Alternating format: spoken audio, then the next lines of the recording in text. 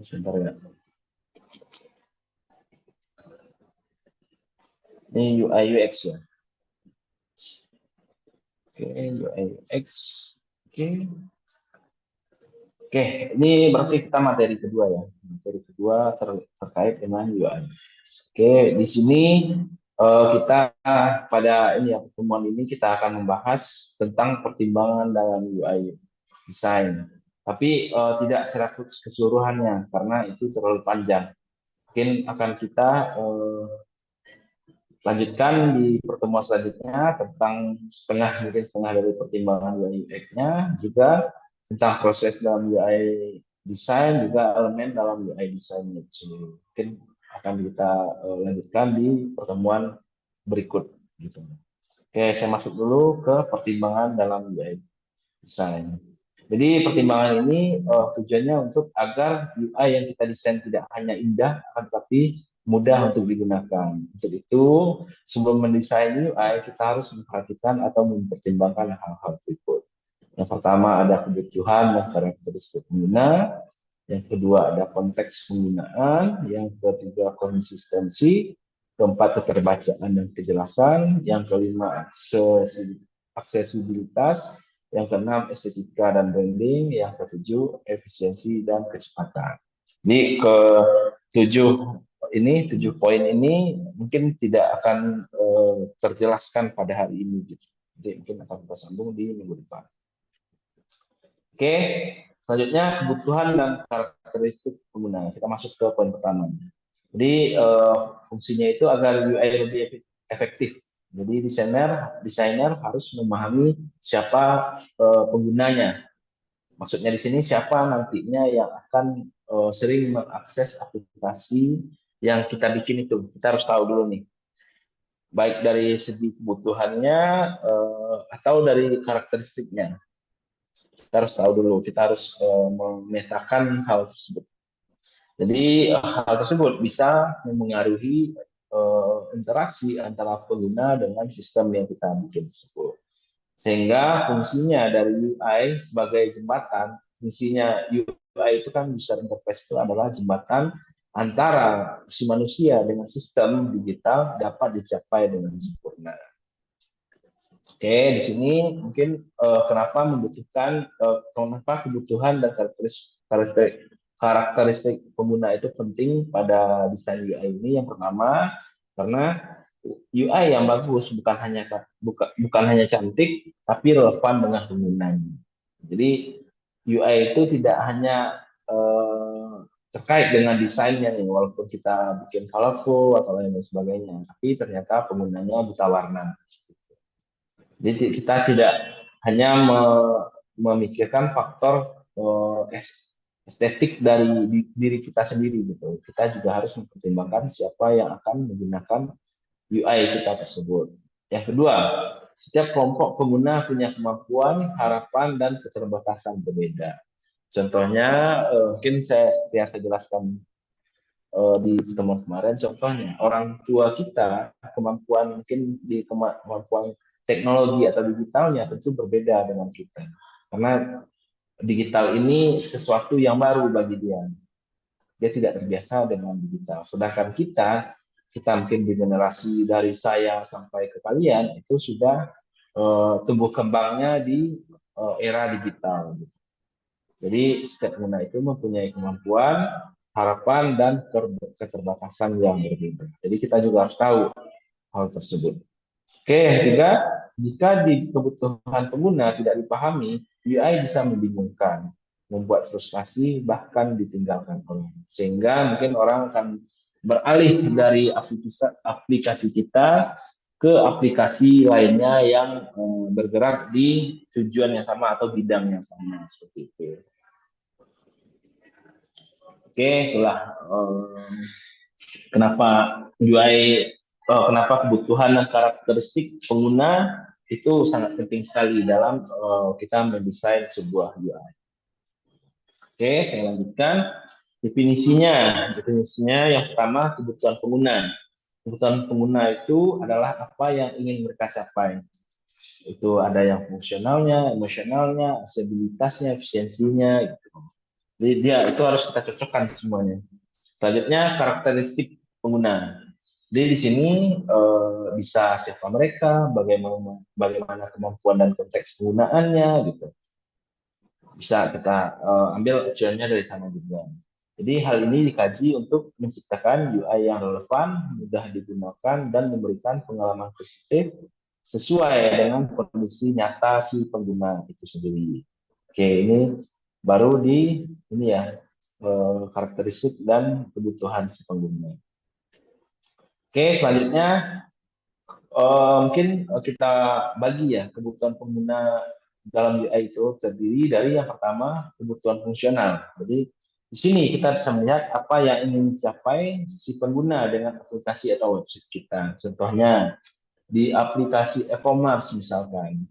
Di kebutuhannya yaitu untuk bisa mencari, membandingkan, dan membeli produk dengan cepat. Itu kalau di e-commerce. Kalau misalkan di aplikasi transportasi online, misalkan seperti Gojek, Grab, atau Maxim, dan lain-lain sebagainya, kebutuhannya yaitu pesan kendaraan secepat mungkin. Dikarenakan mungkin karena psikologis mungkin orang tersebut pulang kerja, pulang sekolah, jadi mereka sudah ingin untuk cepat-cepat istirahat di rumah.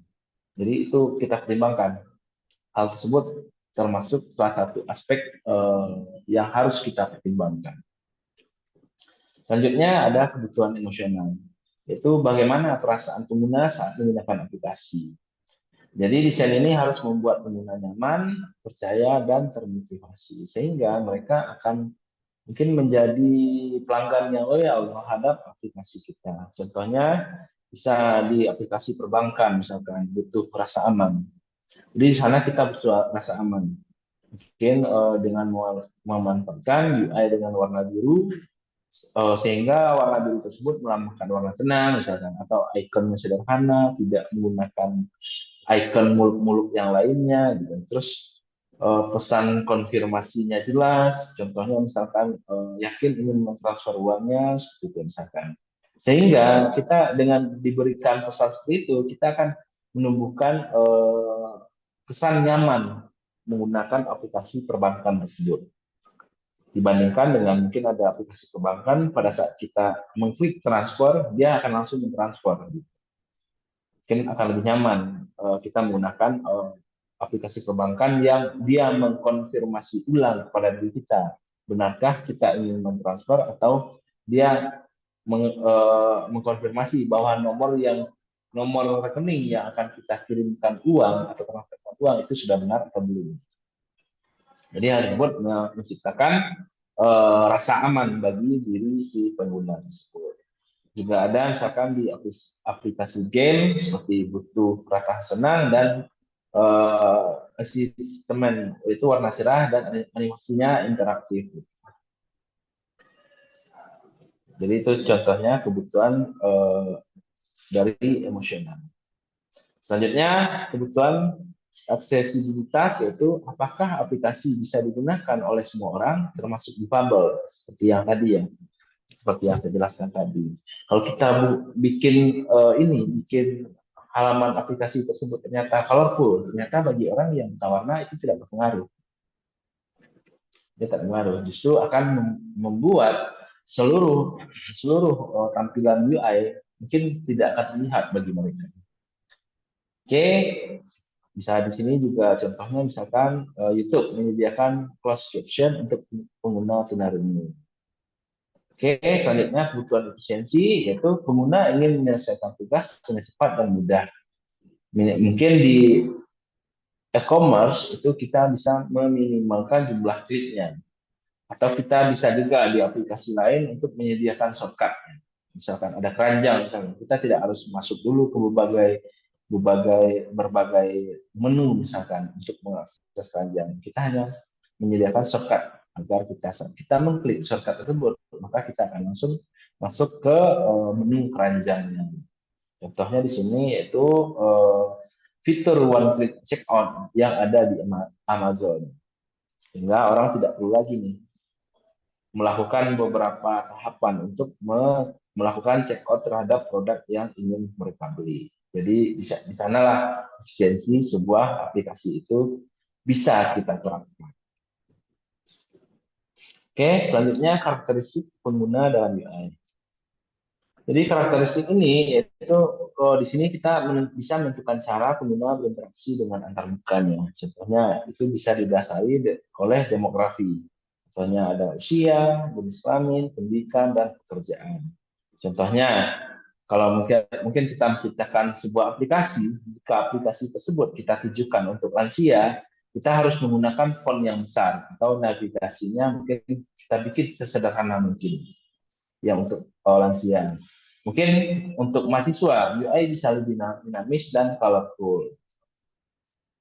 Kalau untuk misalkan untuk anak-anak misalkan, mungkin kita bisa menambahkan sedikit animasi terhadap UI kita sehingga hal tersebut lebih menarik lagi, lebih menarik perhatian anak-anak tersebut.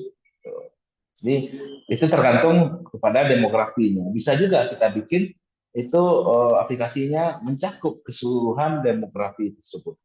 Tergantung kemana nih tujuan kita akan membuat program tersebut. Jadi dari tujuan tersebutlah kita nantinya harus menyesuaikan program yang kita bikin tersebut seperti apanya gitu. Selanjutnya literasi digital.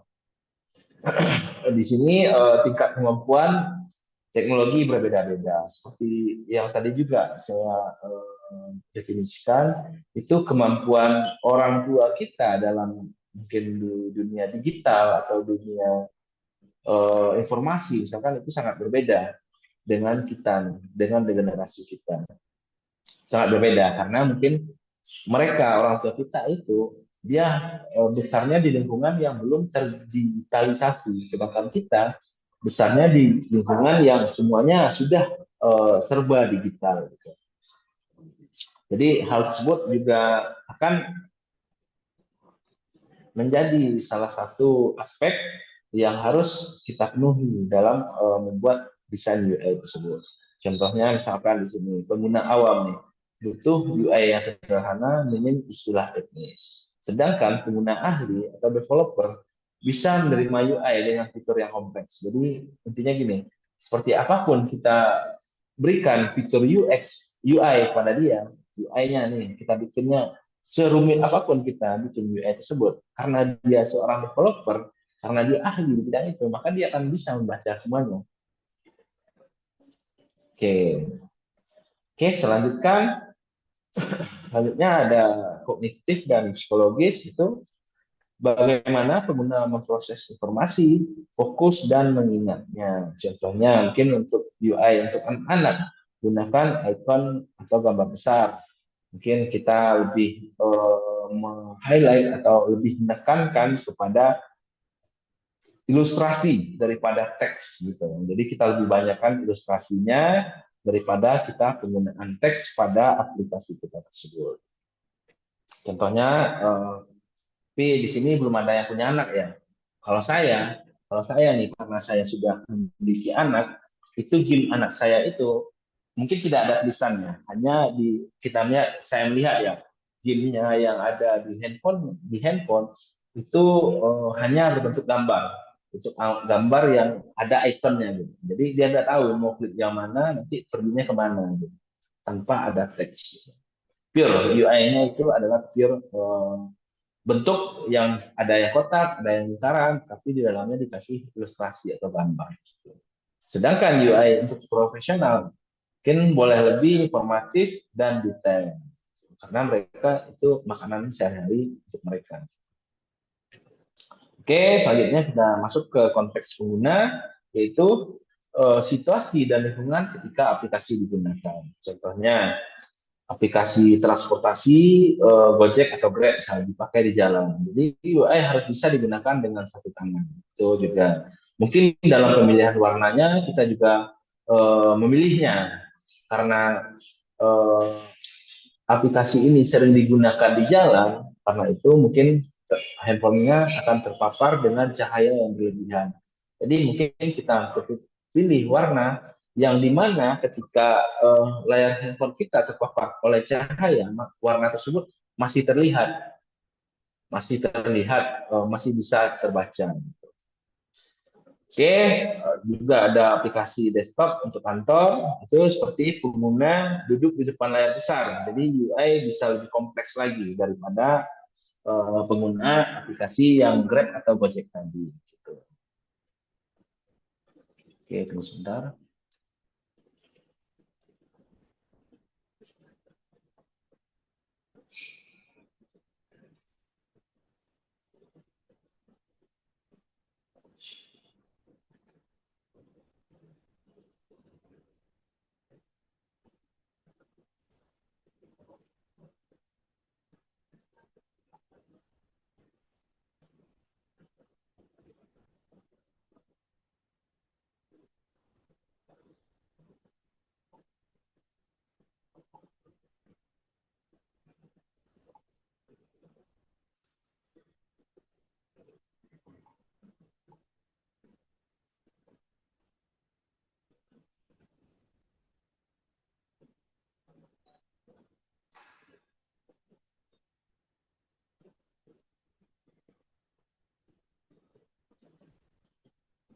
Oke, kita lanjutkan yaitu preferensi dan ekspektasi. Di sini pengguna punya ekspektasi tersendiri nih, berdasarkan dengan ekspektasinya itu didasarkan oleh penggunaan aplikasi yang lain. Misalkan dia menggunakan aplikasi A sebelumnya, ternyata di aplikasi A tersebut ada satu aspek yang tidak yang dia cari nih, tapi ternyata aplikasi A tersebut tidak memilikinya gitu. Sehingga dari hal tersebut kita bisa membuat aplikasi kita sesimpel mungkin atau lebih unggul lah dari aplikasi yang A tadi gitu. Jadi contohnya di sini hampir semua aplikasi e-commerce menaruh ikon keranjang belanja di pojok kanan atas. Jadi jika UI menaruhnya di tempat lain, pengguna tersebut bisa bingung gitu. Jadi kita juga mungkin untuk membuatnya bisa kita tambahkan preferensi yang lainnya atau kita bisa mencocokkan bagaimana dengan kebiasaan atau dengan aplikasi-aplikasi yang sudah ada di luar sana. Jadi agar aplikasi yang kita bikin juga familiar atau gampang digunakan bagi pengguna yang sudah sering menggunakan aplikasi yang lainnya. Oke, paham ya? Contohnya misalkan e-commerce-nya Shopee dengan Tokopedia. Itu kita bisa mencocokkan di mana taruh button ini, di mana ini kolom pencariannya kita bisa mencocokkan nanti. Sehingga jika orang yang sering menggunakan Tokopedia, di saat dia mengakses Shopee, misalkan, dia akan lebih gampang dalam beradaptasinya. Itu tujuannya. Atau bisa juga, misalkan, di website Tokopedia-nya, ternyata ada fitur, misalkan, ternyata keranjang belanjanya ditaruh di dalam menu. Gitu. Maka kita harus memberikan shortcut di sana, agar ekspektasi ekspektasi si pengguna tersebut lebih memilih untuk menggunakan aplikasi kita daripada aplikasi Shopee daripada aplikasi Tokopedia. Oke, sampai di sini paham? Paham sampai di sini? Ada yang Sama, tanyakan? Kalau ada, silakan ditanyakan. sama. Oke, saya lanjutkan. Dampaknya jika kebutuhan dan karakteristik pengguna diabaikan. Yang pertama, UI akan membingungkan. Jadi pengguna tersebut akan kesulitan dalam menyelesaikan tugasnya. Atau apa fokus pengguna tersebut, tujuan pengguna tersebut menggunakan aplikasi kita itu akan susah dicapainya gitu. Jadi mungkin akan kebingungan dalam beradaptasinya atau dia kebingungan dalam mencari misalkan button keranjangnya atau tombol keranjangnya kita sembunyikan ke dalam menu, dia akan pusing untuk mencarinya, gitu. Sehingga nantinya akan timbul kebingungan terhadap kepada di pengguna saat mengakses aplikasi yang telah kita bikin tersebut. Selanjutnya akan timbul rasa frustasi. Dari hal tersebut akan menimbulkan rasa frustasi. Sehingga pengguna tersebut meninggalkan aplikasi yang kita bikin tersebut dan mungkin beralih kepada aplikasi lainnya. Kalau di e-commerce mungkin dari Tokopedia dia akan beralih ke Shopee atau di Shopee akan beralih ke Tokopedia. Dan kepercayaan hilang, terutama pada aplikasi finansial atau layanan publik. Contohnya misalkan ternyata aplikasi Wonder itu tidak menyediakan eh, apa namanya fitur konfirmasi ulang seperti yang saya bilang tadi. Sistemnya tidak memberikan pemberitahuan kepada kita bahwa apakah nomor rekening ini sudah benar atau jumlah transfernya sudah benar atau penerimanya sudah benar misalkan. Ternyata yang di Wonder tidak menyediakan hal seperti itu. Konfirmasi ulangnya tidak ada sama di Wonder. Dan ternyata di Livin hal tersebut ada sehingga kita rasa aman timbul di diri kita sehingga kita mungkin untuk melakukan transfer atau pembelian atau yang lain sebagainya kita akan lebih cenderung menggunakan tabungan kita atau tabungan kita yang ada di Bank Mandiri yaitu dengan memanfaatkan aplikasi Livin-nya gitu daripada kita menggunakan tabungan kita yang ada di BNI yang menggunakan aplikasi Wonder. Mungkin kita hanya menggunakan BNI tersebut sebagai satu rekening yang hanya untuk menabung saja, tapi bukan hanya untuk transaksi gitu. Oke, jadi contohnya di sini ada DJP online lama. Ya mungkin karena ini adalah program pemerintah ya, mungkin dana yang terbatas atau membuatnya tidak sepenuh hati mungkin. Jadi di sana UI-nya tidak bagus, rasa amannya mungkin tidak tercipta, rasa aman penggunanya tidak tercipta, dan kita mengaksesnya membingungkan karena ada mungkin dari segi tampilan UI-nya tidak menarik, dari segi UX-nya pengalaman kita menggunakan tersebut itu yang diakibatkan yaitu kebingungan. Jadi banyak pengguna yang lebih memilih datang langsung ke kantor pajak untuk membayar pajaknya daripada membayar pajak tersebut melalui aplikasi DCP online. Mungkin didasarkan aplikasi tersebut terlalu rumit dalam penggunaan. Oke, sampai di sini ada yang tanyakan, silahkan. Tahu sudah paham semuanya, jelas atau jelas dengan pemaparannya saya berikan. Oke, saya lanjutkan kalau sudah paham. Yang metode yang digunakan untuk memahami kebutuhan dan karakteristik pengguna tersebut, yang pertama ada user research, itu bisa lewat wawancara, observasi, atau survei. Yang kedua persona, itu profil fiktif yang mewakili pengguna target. Gitu. Jadi kita bikin dulu nih persona ini kita bikin akun yang ini akun fake sehingga dari akun fake tersebut kita menempatkan diri kita sebagai seorang pengguna sehingga bagaimana kita mengaksesnya aplikasinya bagaimana kinerja aplikasi ini UI-nya apa sudah bagus nanti kita berikan tanggapan sendiri terhadap aplikasi yang kita bikin tersebut. Caranya ada user journey mapping yaitu alur aktivitas pengguna dalam menggunakan aplikasi. Di sini juga bisa kita lakukan survei terhadap hal ini. Selanjutnya ada usability testing, yaitu uji coba langsung untuk melihat kendala pengguna. Oke, mungkin di sini bisa kita ini ya, kalau misalkan di sebuah game, mungkin ini, mungkin usability testing ini kalau di sebuah game itu bisa di namanya open beta ya, open beta. Kalau sebuah game kita bisa melakukan open beta terhadap game kita tersebut. Sehingga mungkin kita merekrut beberapa beta testernya untuk memainkan game kita itu. Nah, yang fungsinya nanti si beta tester ini bisa memberikan masukan terhadap game yang telah kita buat tersebut.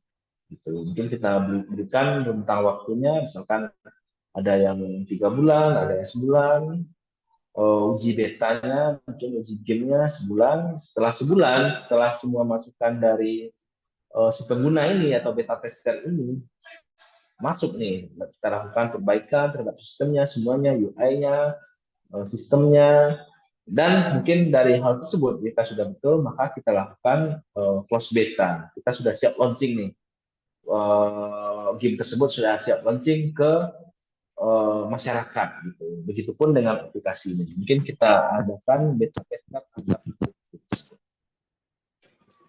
Oke, bisa tahu ini nggak? Dulu ada tiket.com. Tiket.com dulu mengadakan sayembara tentang security-nya, tapi security-nya yaitu siapa yang bisa membobol aplikasi tiket.com tersebut, dia akan berikan uang, kalau nggak salah saya dulu 2 miliar. Pernah dengar? Atau juga ada mungkin ini ada namanya apa ya? Bug Hunter, tahu nggak Bug Hunter? Tahu Bug Hunter? Enggak, Pak. Belum pernah dengar. Belum pernah dengar Bug Hunter. Ya. Nah, Bug Hunter itu adalah orang yang mungkin dia dibuka nih. Silakan saya bikin aplikasi baru nih. Silakan tolong dicarikan bugnya. Ntar kalau bugnya ada, laporkan ke saya. Kalau saya cek itu memang terbukti di sana bug, maka saya akan memberikan komisi kepada kalian. Yang disebut dengan bug hunter. Yang kerjaannya hanya mencari celah yang ada di aplikasi, baik itu dari segi segi security-nya, segi ininya, kayak bug-nya atau segala sesuatu sistemnya yang anomali, segala sesuatu anomali yang ada di sistem tersebut gitu. Ada gitu. Itu juga termasuk ke usability testing ini. Oke. Oke, sampai di sini ada yang tanyakan? Kalau tidak, saya lanjut. Oke, kalau begitu saya lanjutkan ke konteks penggunaannya. Jadi konteks penggunaan ini adalah situasi nyata di mana pengguna berinteraksi dengan antarmuka atau UI, atau dari terhadap UI yang kita bikin tersebut. Jadi desainer UI tidak cukup hanya tahu siapa penggunanya, tapi juga harus tahu kapan, di mana, dengan apa, dan dalam kondisi bagaimana aplikasi ini dipakai. Jadi dengan memahami konteks penggunaan, hal tersebut dapat membantu desainer dalam menciptakan UI yang relevan, efisien, dan nyaman sesuai dengan kondisi pengguna di lapangan. Jadi dia ini tidak tergantung pada waktunya ya, waktu penggunaannya. Juga tergantung kepada perangkat yang digunakan misalkan. Juga tergantung itu. Tidak tergantung pada waktunya aja. Juga tergantung pada device yang digunakan juga. Oke, di sini kita masuk ke perangkat yang digunakan. Oke, maaf. Perangkat yang digunakan. Jadi UI harus menyesuaikan dengan media interaksinya. Jadi misalkan smartphone-nya layarnya kecil, navigasinya harus sederhana. Tombolnya besar, bisa dipakai dengan satu tangan. Itu yang UI ya. UI-nya kita harus bikin seperti itu. Layarnya kecil, navigasi harus sederhana, tombolnya besar, bisa dipakai dengan satu tangan. Juga mungkin nanti kita bisa mendesainnya sehingga smartphone, walaupun smartphone jadul yang mengakses aplikasi kita tersebut juga harus bisa, tidak hanya pada smartphone yang terbaru misalkan, tidak, sehingga semua device yang ada itu bisa, semua smartphone yang ada itu bisa mengakses aplikasi yang kita buat tersebut gitu. Tablet juga misalkan layarnya lebih luas, bisa mendukung multitasking. Jadi kita harus bikin juga, mikirkan bagaimana tampilannya. Mungkin tampilan UI-nya yang kita bikin di smartphone seperti ini, sedangkan dia di tablet seperti ini. Itu kita harus membedakan. Contohnya misalkan ada, kalau dulu awal-awal sebelum ada aplikasi seperti Facebook misalkan. Kalau Facebook kan sekarang ada aplikasinya. Kalau dulu tidak ada aplikasinya, kita bisa mengaksesnya di smartphone itu lewat Google Chrome misalnya. Kita mengaksesnya pada saat kita buka Facebook, itu alamatnya apa? Kalian tahu? Kalian memperhatikan tidak? Kalau misalkan kita aksesnya lewat laptop, berarti www atau https kedua www.facebook.com. Betul kan? Kalau kita aksesnya lewat laptop, itu kan alamat URL-nya. Iya, Pak. Betul. Bagaimana kalau kita aksesnya lewat smartphone? Apa URL-nya? Kalian tahu?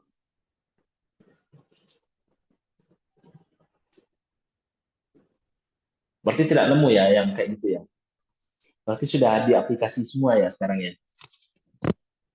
Kalian sadarnya Facebook itu sudah di aplikasi gitu.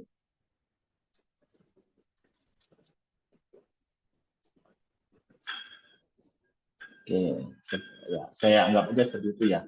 Jadi pada dahulu karena aplikasi Facebook tersebut belum ada dan saat kita mengaksesnya di Google Chrome yang ada di smartphone itu alamatnya kalau websitenya www.facebook.com gitu. Kalau di mobile dia www.m tandanya M itu adalah mobile .facebook.com. Itulah yang nantinya membedakan tampilannya yang ada di laptop atau PC dengan yang ada di smartphone. Jadi kita harus ada nih bikinnya tampilan, misalkan kita desain halaman website misalkan.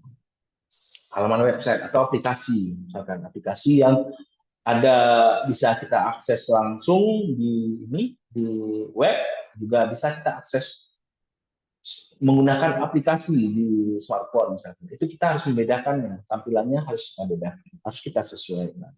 Misalkan resolusinya berapa, di laptop resolusinya berapa gitu, di smartphone kita harus bikin juga resolusinya berapa, sehingga tampilannya akan lebih nyata atau gambarnya tidak pecah atau menu-menu yang ada akan terlihat gitu. Jadi kita harus memikirkan itu. Beda lagi dengan tablet karena resolusinya berapa gitu, karena layarnya lebih besar daripada smartphone. Oke, selanjutnya desktop dan PC. Layarnya besar, cocok untuk UI dengan informasi detail dan fitur kompleks. Seperti yang saya jelaskan tadi ya. Kita bisa menampilkan semua mungkin karena layarnya besar, kita bisa menampilkan semua fiturnya tanpa memasukkannya ke dalam submenu-submenunya. Sedangkan kalau di dalam aplikasi yang kita akses di smartphone, kita harus menyimpannya ke dalam submenu sehingga jika seseorang ingin mengakses menu tersebut, dia harus masuk dulu nih menu mananya, harus mencari dulu dia. Karena itu bukan karena ketidakmampuan kita dalam mendesain UI, tapi karena perangkat yang digunakan tidak mendukung untuk melakukan hal seperti itu. Oke, paham ya? Selanjutnya ada wearable, yaitu seperti jam tangan, seperti yang sekarang ya, jam pintar, kacamata, juga atau VR bisa juga. Jadi yang pada itu tampilannya juga harus sangat minimalis, mungkin dikarenakan dengan layarnya kecil, jadi kita harus menampilkan menu di layar kecil, kita bikin sekecil mungkin, tapi kompleks. Gitu.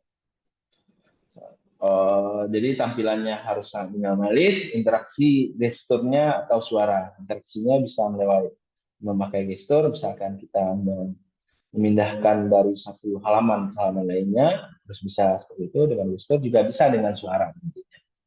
Nanti voice note-nya harus kita bikin juga di sini.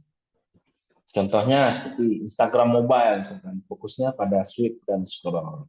Sedangkan Instagram desktop tampilannya lebih lebar, tetapi interaksinya terbatas dibandingkan dengan mobile.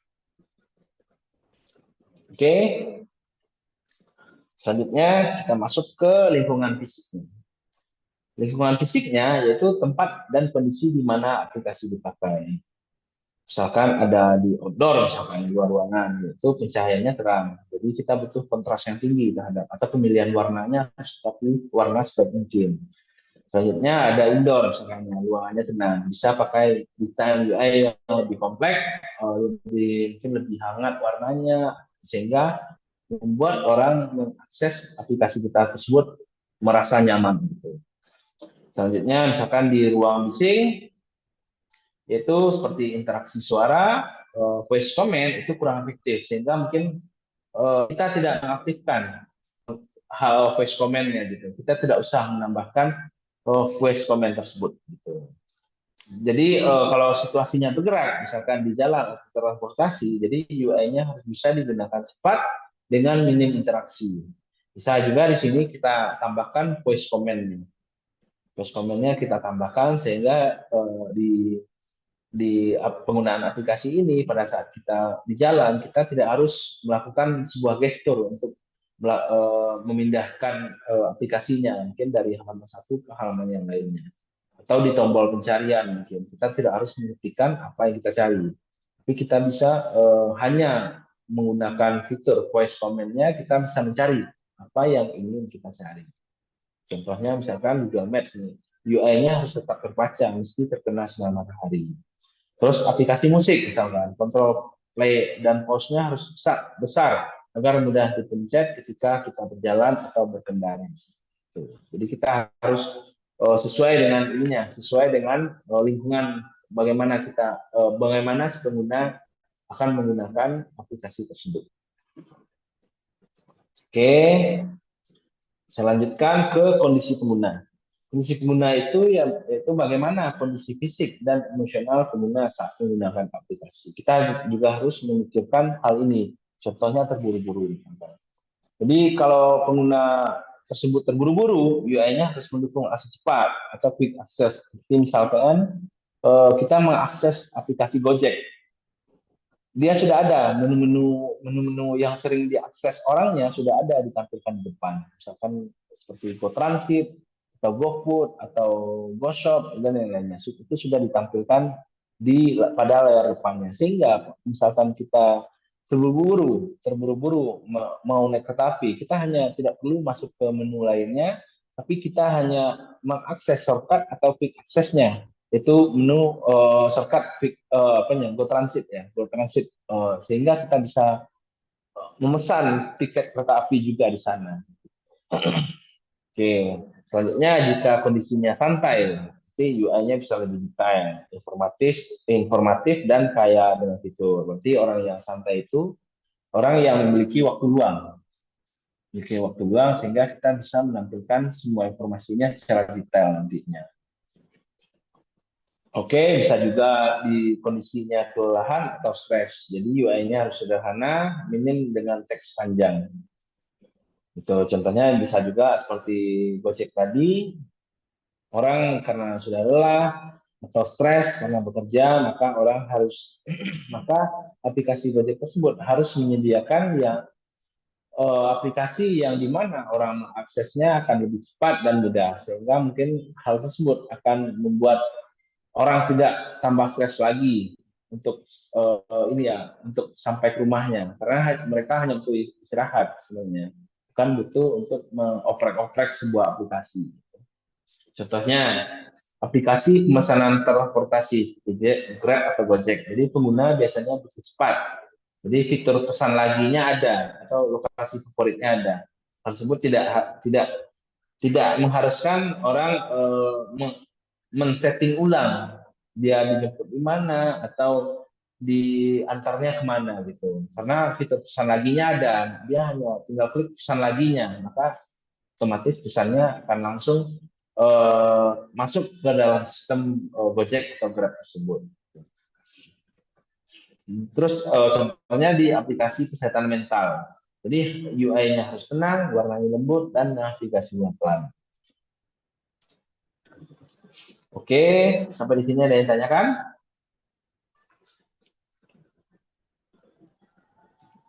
Oke, kalau tidak ada, saya masuk ke tujuan dan tugas pengguna. Ada yang tanyakan? Tidak? Kan tadi kan kata Bapak kalau kayak aplikasinya di outdoor gitu harus pakai warna yang nggak kelihatan gitu ya Pak? Ya, yang di order itu harusnya warnanya yang warna kelihatan karena handphone kita itu kan cenderung akan terpapar oleh cahaya sinar matahari. Mungkin warna yang kontrasnya tinggi gitu. Misalkan kita memakai warna yang hitam, berarti kita harus memakai warna yang hitam pekat gitu. Sehingga pada saat terpapar oleh sinar atau cahaya matahari, warna hitam tersebut akan jelas terlihat. Oke. Oh, oke Pak. Oke, paham? Paham Pak.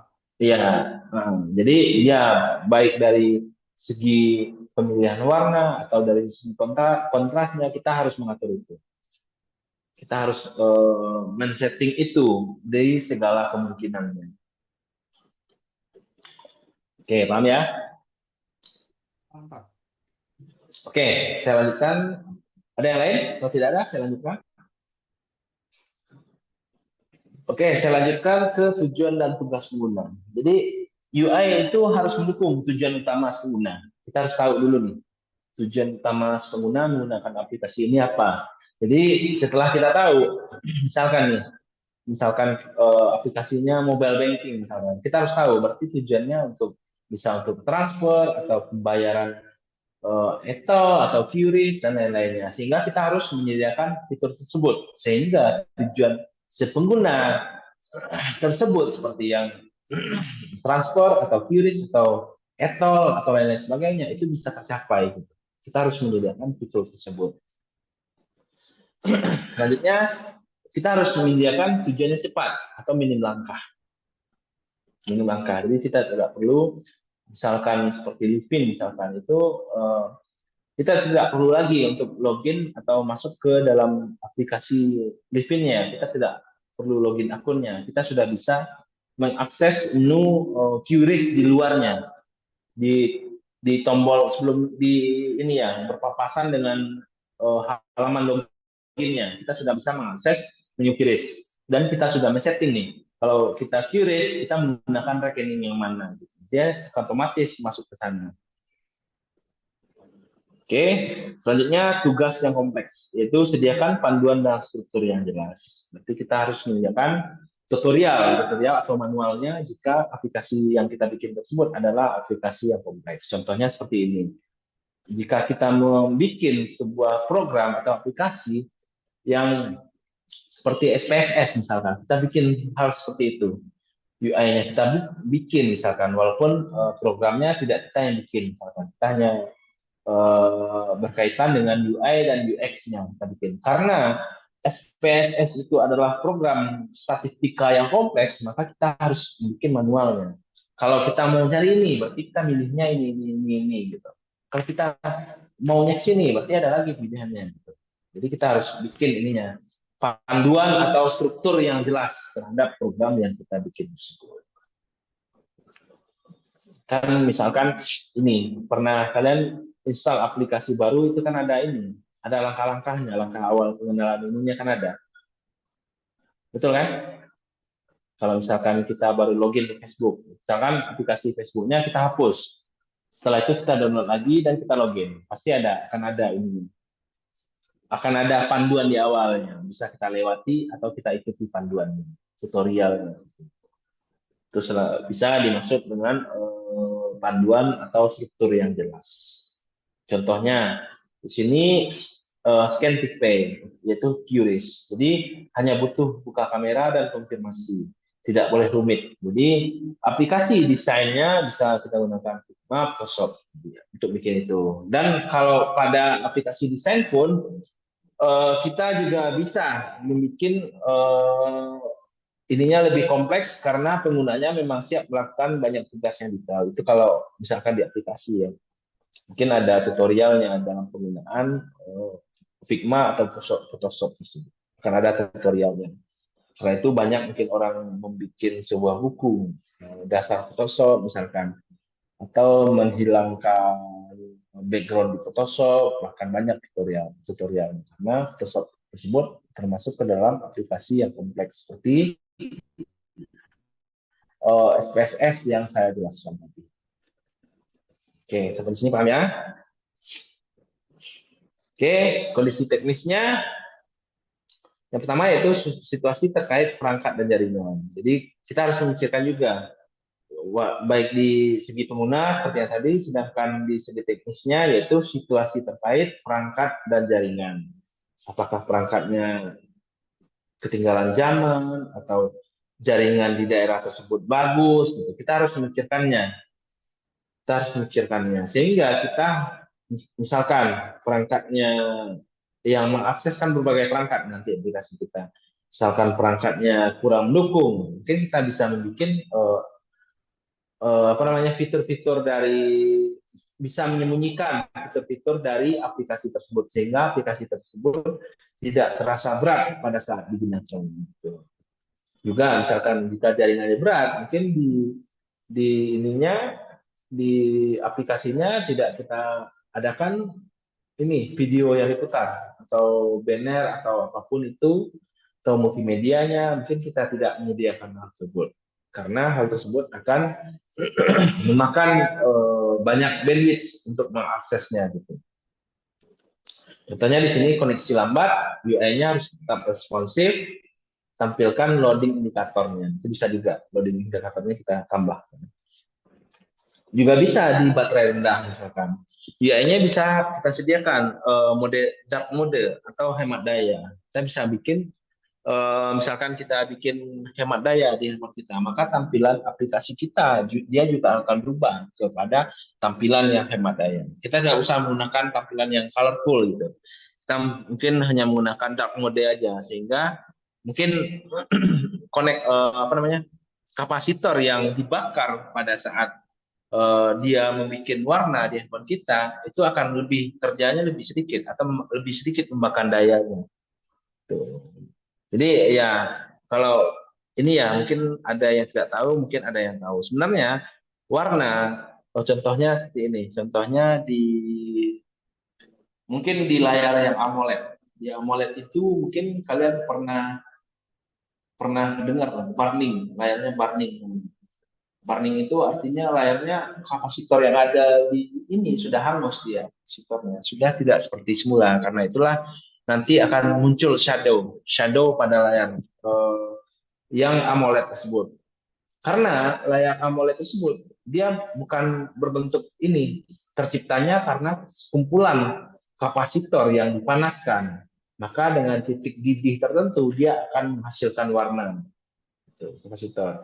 Jadi kalau kita menggunakan dark mode, maka daya yang akan atau yang dibutuhkan oleh seluruh kapasitor yang ada di layar handphone AMOLED tersebut akan sama, terdistribusinya sama rata, sehingga hal tersebut bisa memicu terjadinya hemat energi pada handphone kita. Sehingga mungkin kalau baterainya rendah, maka mode hematnya akan lebih memakan ini ya, akan lebih memperpanjang usia dari hidupnya handphone kita gitu.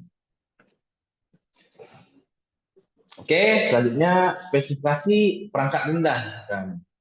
Seperti yang saya jelaskan tadi, mungkin handphonenya sudah jadul gitu. Jadi UI-nya itu kita bikinnya jangan terlalu berat dengan animasi yang berlebihan. Kita bikin yang ini aja. Sesimpel mungkin kita bikinnya. Mungkin tidak ada animasinya, tidak ada multimedia di sana gitu. Jadi sehingga aplikasi kita tersebut bisa diakses oleh bisa diakses dalam kondisi teknis apapun. Gitu. Contohnya di sini seperti YouTube misalkan. YouTube itu akan otomatis mengubah resolusi videonya sesuai dengan kecepatan jaringan kita. Oke, itu mungkin dengan kartu yang sama, misalkan di daerah berbeda, misalkan kita di Jakarta, kita bisa mengakses resolusi videonya 1080. Tetapi saat kita ke Bogor misalkan atau ke daerah Rangkas Bitung misalkan, karena mungkin jaringannya akan lebih susah ya. Saya bukan bilang daerah tersebut terbelakang atau bagaimana. Tentu di pusat kota jaringan lebih bagus daripada di tidak di pusat kota gitu. Jaringannya tentu lebih jelek lah. Karena hal tersebut jaringannya tidak bagus di sana, maka YouTube tersebut akan otomatis merubah resolusi video kita sehingga kapasitas internet atau bandwidth yang kita miliki bisa mengakses video tersebut. Contohnya juga di aplikasi mobile banking itu tetap menampilkan informasi dasar meski jaringan lemah. Informasinya dasarnya akan tampil, tapi gambar-gambar yang ada di sana tidak akan tampil. Atau animasinya atau multimedia yang ada di aplikasi mobile banking tersebut tidak akan tampil dia. Yang tampil hanya informasi dasarnya, bisa berbentuk teks atau menunya bisa seperti itu, tapi hanya berbentuk teks aja, tidak berbentuk gambar.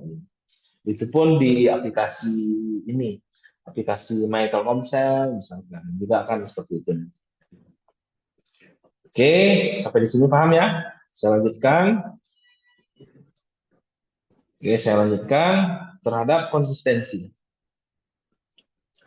Jadi dalam mendesain UI ini, konsistensi berarti menjaga keseragaman tampilan, pola interaksinya, dan perilaku sistem di seluruh aplikasi atau website. Jadi tujuannya agar pengguna bisa memprediksi alur, mengingat pola, dan merasa lebih nyaman, serta percaya diri saat berinteraksi dengan aplikasi. Fungsi dari konsistensi itu sendiri yaitu untuk yang pertama mengurangi beban kognitif, yaitu pengguna tidak perlu belajar ulang di setiap halaman. Jadi jangan sampai aplikasi kita tersebut si pengguna harus beradaptasi setiap halamannya. Misalkan ada tombol keranjang, misalkan keranjang di halaman ini ternyata di atas, sedangkan pada saat kita akses itemnya, misalkan kita lakukan pencarian misalkan bedak tersebut pada saat halaman pencariannya itu tombol keranjangnya ada di atas. Pada saat kita mencari gambar bedak sehingga hasil dari produk bedak tersebut dikeluarkan, ternyata tombol keranjangnya sudah pindah ke bawah. Jangan seperti itu. Itu hanya membuat pengguna akan memahami lagi nih terhadap ini, akan melakukan pemahaman ulang terhadap aplikasi kita. Selanjutnya, meningkatkan kecepatan interaksi. Jadi karena pola sama, desainnya sama, struktur tata letaknya sama, bisa warnanya sama, bisa tipografinya sama, sehingga pengguna sudah terbiasa. Hal tersebut membuat pengguna sudah terbiasa, sehingga bisa mengakibatkan interaksi antara aplikasi kita dengan pengguna tersebut akan lebih cepat gitu dilakukannya. Contohnya misalkan kita karena tombol keranjangnya semua ada di atas, kita hanya gampang melihat keranjangnya walaupun di halaman manapun. Gitu. Selanjutnya membangun trust, yaitu UI yang konsisten, terlihat profesional dan dapat dipercaya. Sehingga mungkin kalau di ini di bidang e-commerce mungkin si pengguna akan lebih percaya untuk berbelanja di situs e-commerce kita tersebut. Selanjutnya mengurangi error, yaitu navigasi dan simbol yang sama membuat pengguna tidak bingung. Contohnya seperti ini maksudnya. Jangan sampai di halaman awal ternyata yang simbol keranjang itu masuk ke keranjang. Ternyata pada halaman kedua simbol keranjang itu pada saat kita pencet tombol keranjang itu akan masuk ke menu checkout-nya. Jangan sampai seperti itu. Maka kita harus konsisten. Kalau menu keranjang berarti kita masuk ke menu barang yang sudah kita simpan. Gitu. Jangan sampai ke menu checkout ya. Sama misalkan tombol login, jangan sampai itu tombol kita masuk, jangan sampai pada saat kita mendaftar. Pada saat kita klik, jangan sampai yang keluar adalah halaman pendaftarannya. Gitu. Oke, saya lanjutkan ke aspek konsistensi dalam UI design.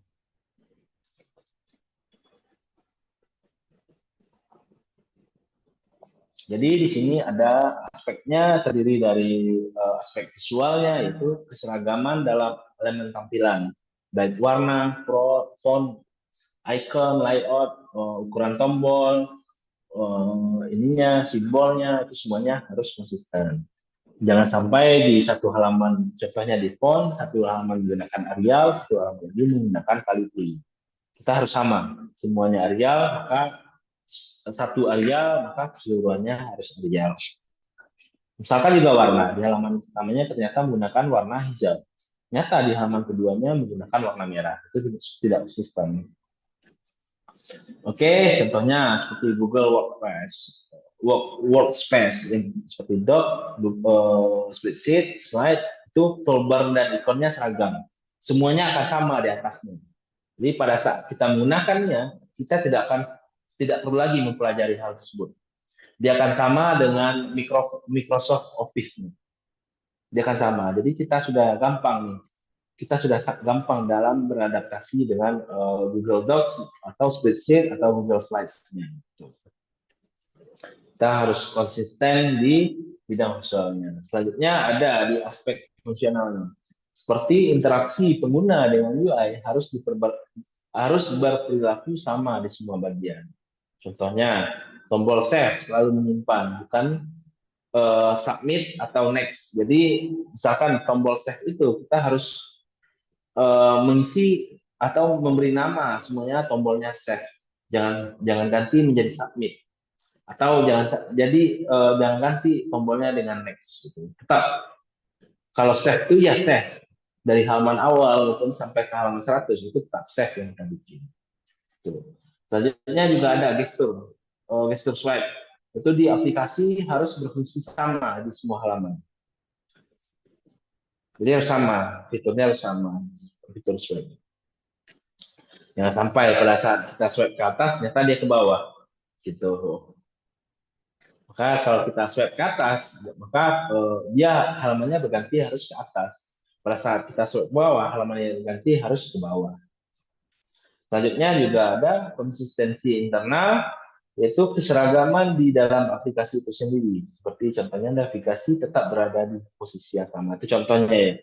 Itu yang ada di dalam aplikasi itu sendiri. Misalkan yang ada tombol navigasi itu tetap ada misalkan di e-commerce-nya misalkan Shopee. Jadi tombol navigasi yang ada di Shopee tersebut harus berada di tempat yang sama walaupun kita mengakses halaman yang berbeda-beda. Contohnya halaman menu chat dan keranjang itu adanya di pojok kanan atas walaupun kita masuk ke halaman yang berbeda-beda. Dia harus ada di sana, harus tetap di sana. Tapi hanya di dalam aplikasi tersebut atau hanya internal aplikasi itu, hanya di satu aplikasi tersebut. Contohnya di sini, Spotify, navigasi bawahnya seperti Home, Search, dan Library. Konsisten di semua halaman. Baik kita buka halaman apapun, tetap Home, Search, dan Library-nya tetap ada di bagian bawah.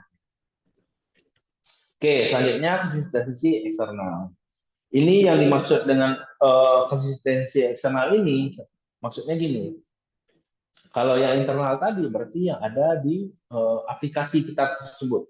Sedangkan yang eksternal ini berada di seluruh aplikasi. Contohnya seperti ini. Tombol keranjang berarti artinya keranjang atau apa yang sudah barang yang sudah kita pilih dan kita simpan. Itu adalah keranjang. Itu harus di satu aplikasi, misalkan di Tokopedia, di apa namanya Shopee atau di Lazada, itu tombol keranjang kuncinya sama semuanya. Kunci tombol keranjang itu sama semuanya. Begitupun dengan tombol masuk. Begitupun dengan tombol daftar. Jadi di semua aplikasi itu sama, fungsi tombol masuk itu semuanya sama. Berarti kita login ke aplikasi tersebut gitu. Itu yang dimaksud dengan konsistensi eksternal. Jadi di sana keseragaman dengan aplikasi lain atau standar industri agar sesuai dengan ekspektasi si pengguna gitu. Jadi dia udah ada standarnya gitu. Jadi contohnya seperti ikon keranjang, berarti ekspektasinya belanja. Ikon kaca besar, jadi ekspektasinya adalah pencarian. Itu di seluruh web atau seluruh e-commerce itu semua artinya sama. Kaca pembesar itu berarti kita cari tombol pencarian. Berarti kita bisa memasukkan kata kunci di sana. Itu semuanya sama. Jangan sampai di aplikasi kita itu berbeda. Gitu. Itu berarti si pengguna tidak mempunyai pengalaman terhadap hal tersebut. Berarti ekspektasinya akan berbeda nantinya. Oke, paham ya? Perbedaannya yang internal dengan eksternal, paham ya? Paham?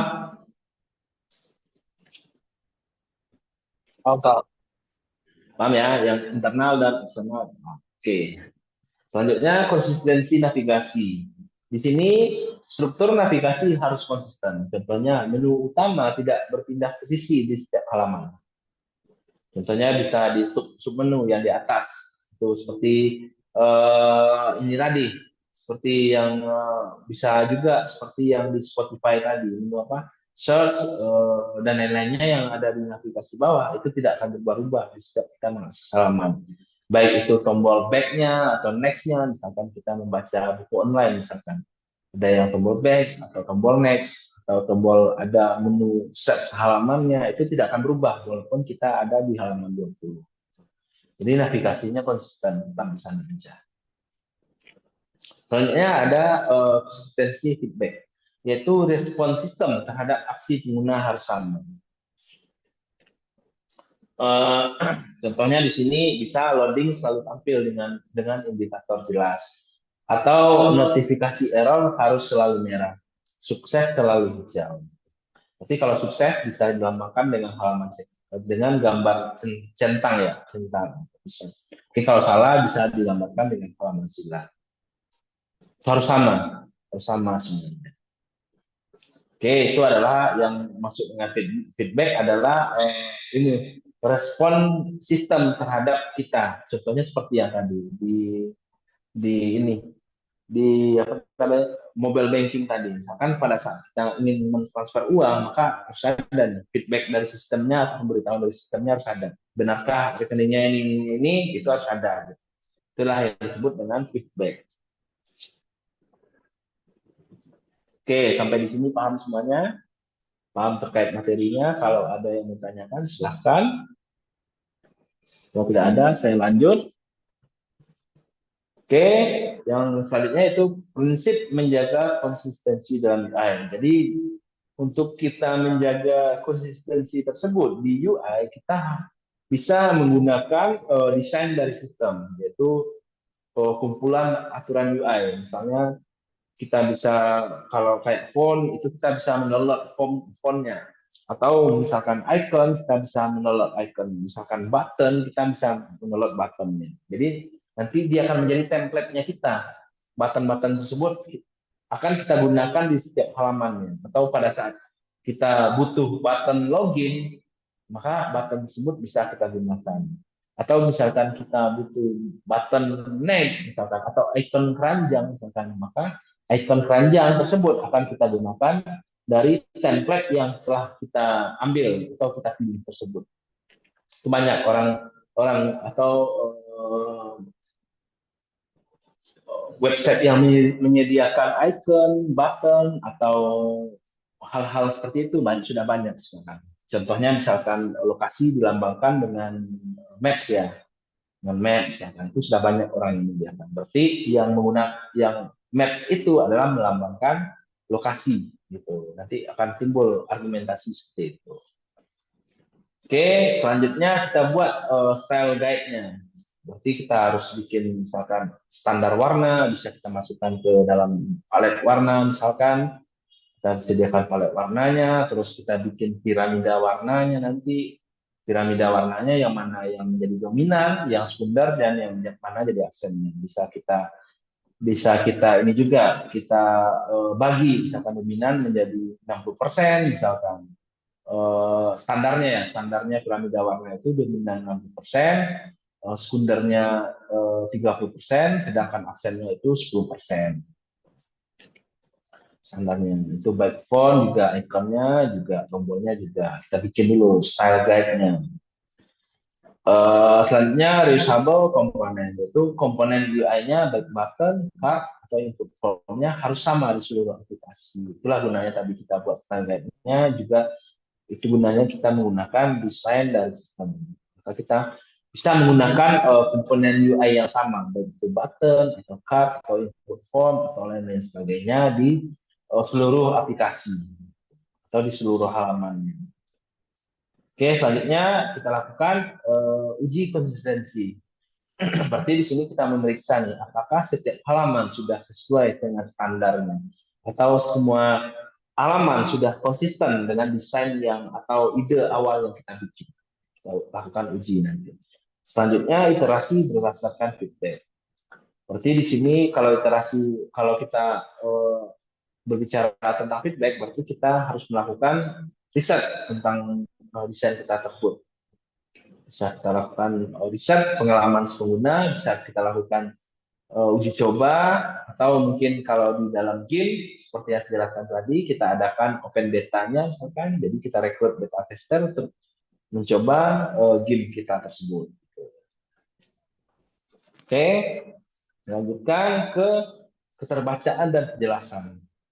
Ini juga merupakan aspek penting. Jadi dikarenakan pada dasarnya sebuah informasi harus cepat dipahami, mudah dikenali, dan minim dari ambiguitas. Jadi dia tidak memiliki dua makna. Nih. Informasi ini tidak memiliki dua makna. Jadi begitu juga dengan desain antarmukanya ya, atau antarmuka pengguna atau UI, yaitu keterbacaan dan kejelasannya adalah aspek yang sangat krusial atau sangat penting ya. Jadi UI yang cantik tidak akan berguna jika teks, icon maupun instruksinya sulit dibaca atau tidak jelas. Jadi kita harus juga memperhatikan terkait dengan keterbacaan dan kejelasan dari informasi yang kita tampilkan. Di mana keterbacaan ini memastikan teks atau icon bisa dilihat dengan jelas. Terus kejelasannya itu memastikan informasi mudah dipahami tanpa kebingungan. Jadi jangan sampai informasi yang kita tampilkan itu menyebabkan ambigu gitu. Jangan membuat dia ambigu nanti. Jadi dia maknanya harus jelas. Jangan sampai orang berpikir maknanya menjadi dua. Oke, saya lanjutkan. Faktor yang mempengaruhi keterbacaan tersebut. Yang pertama adalah ukuran teks. Yang dimana teks terlalu kecil akan sulit dibaca di layar kecil, seperti terus teks terlalu besar akan mengganggu tata letaknya. Standarnya ada yang minimal 16 teks di layar mobile. Terus jenis huruf. Jadi font sederhana seperti sans serif itu lebih mudah dibaca di layar digital daripada font-font yang lain. Jadi hindari font dekoratif berlebihan untuk teks utama. Selanjutnya ada di kontras warna. Teks harus kontras dengan latar belakang. Contohnya hitam di atas putih itu akan sangat mudah sekali kita membacanya. Tapi abu-abu muda di atas putih itu akan sangat sulit kita membacanya.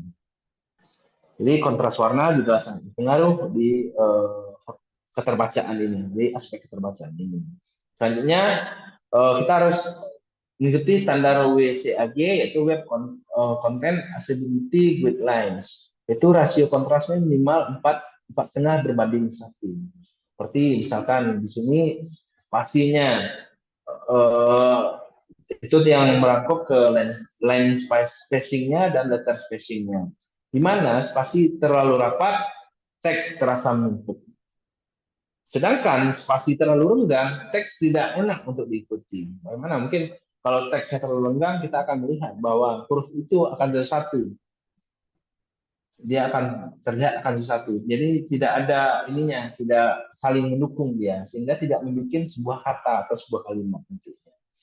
Jadi idealnya line spacing itu 1,4 sampai 1,6 ukuran fontnya. Oke, selanjutnya juga panjang barisnya. Kita bisa mengatur juga nantinya.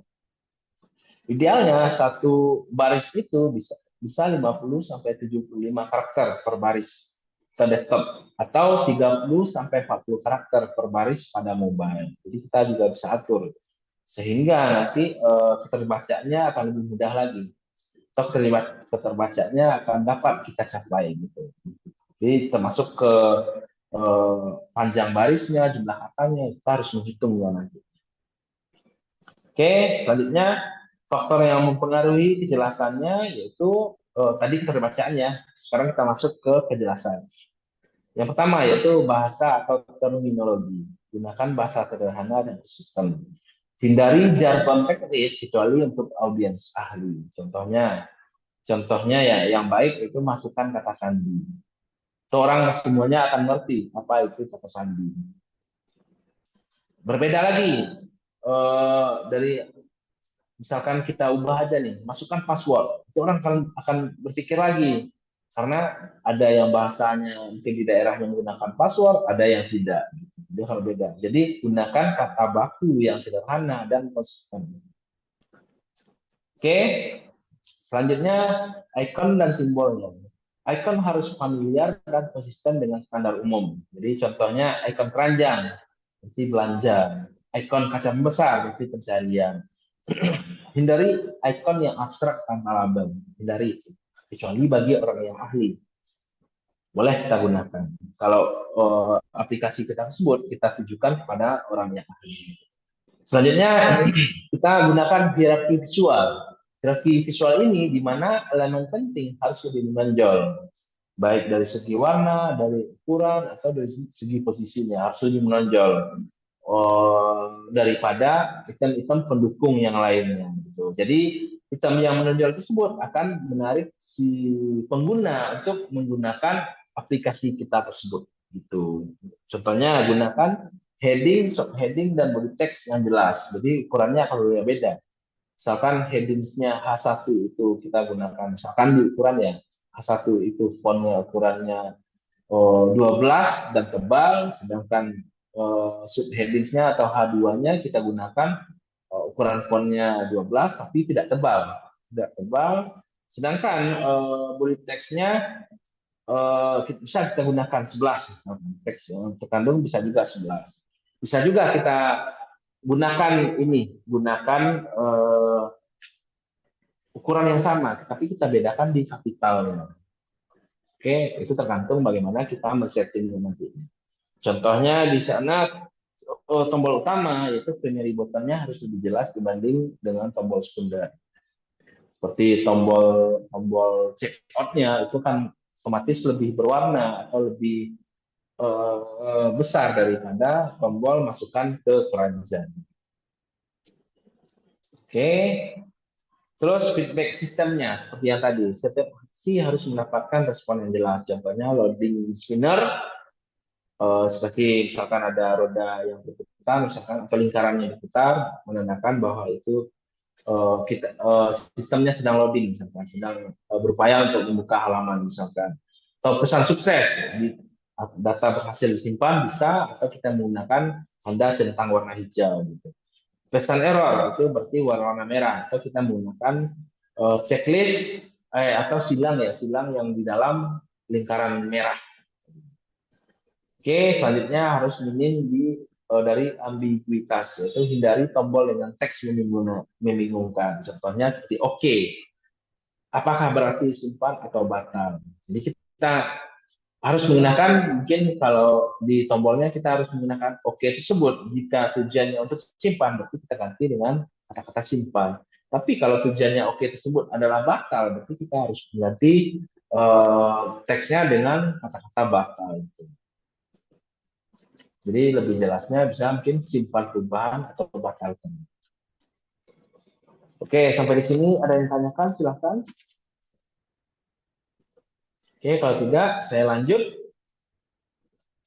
Prinsip-prinsip desain untuk keterbacaan dan kejelasan. Gitu. Jadi kalau kita ingin aplikasi kita tersebut atau UI yang kita bikin tersebut terbaca dan jelas, kita harus menggunakan font yang ramah layar. Contohnya sans serif, Roboto, Helvetica, SV Pro, dan lain-lain sebagainya. Selanjutnya, pastikan kontras warna tinggi.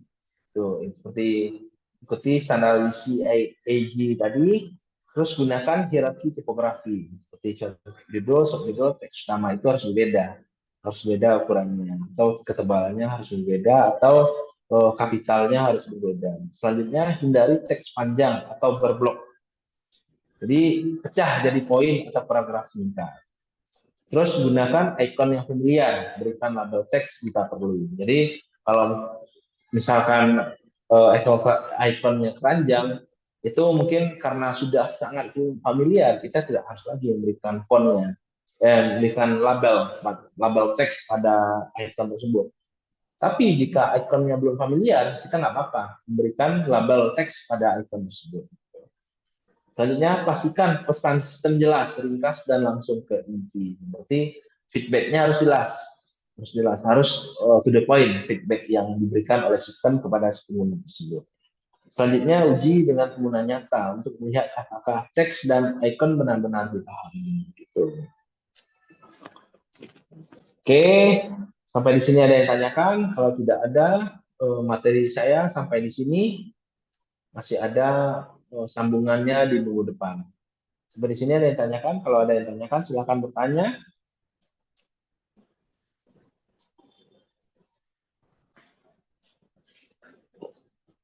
Oke, apakah ini masih ada ataukah sudah tidur semuanya atau gimana? Alhamdulillah Pak, sudah cukup jelas. Cukup jelas, oke. karena ini materinya sangat panjang sekali ini. Mungkin nanti di minggu depan karena keterbatasan waktu ya, minggu depan kita akan melanjutkannya. Jadi ini merupakan aspek-aspek yang harus kalian pertimbangkan nantinya pada saat mendesain UI tersebut, sehingga UX yang timbul pada si pengguna itu akan lebih baik. Jadi harus dipertimbangkan hal tersebut. Oke, ada yang tanyakan sampai di sini? Mungkin yang lain?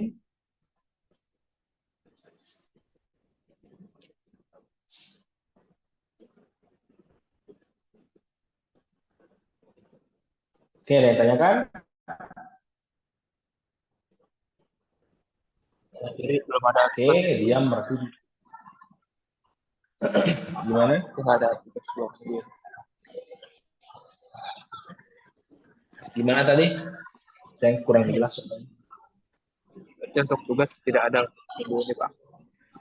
Untuk tugas, gimana? Kurang terdengar jelas ininya. Mungkin bisa di obrolan atau di fitur chatnya, silakan. Saya bantu ini Pak. Tadi dia nanyanya apakah ada tugas untuk minggu ini? Oh, tugas minggu ini. Oh, tidak. Tugas minggu ini tidak ada. Mungkin di minggu depan kita adakan tugas. Karena materinya belum rampung. Masih ada sambungan materinya untuk di minggu depan. Oke, ada lagi yang ditanyakan mungkin?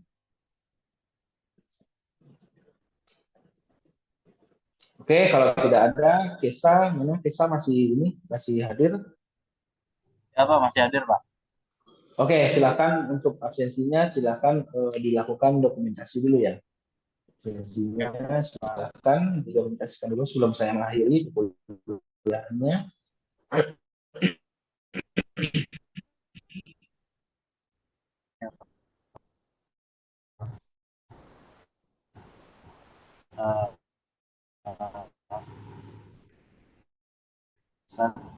Pertama 1, 2, 1,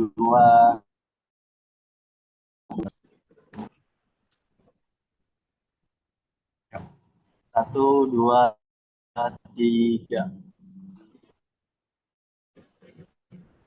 2, 1, Oke, 2, nanti untuk 3. absensinya silakan Oke, Pak, masukkan sudah, ke Pak. sheet-nya ya, Kesa. Oke, siap, Pak. Oke, kalau tidak ada yang tanyakan, saya cukupkan pertemuannya sampai di sini. Sampai jumpa di minggu depan. Terima kasih kepada rekan-rekan mahasiswa semuanya yang telah menghadiri perkuliahan hari ini. Akhir kata saya ucapkan Assalamualaikum warahmatullahi wabarakatuh. Waalaikumsalam. Waalaikumsalam. Terima kasih Pak. Terima kasih, Pak. Oke, sama-sama.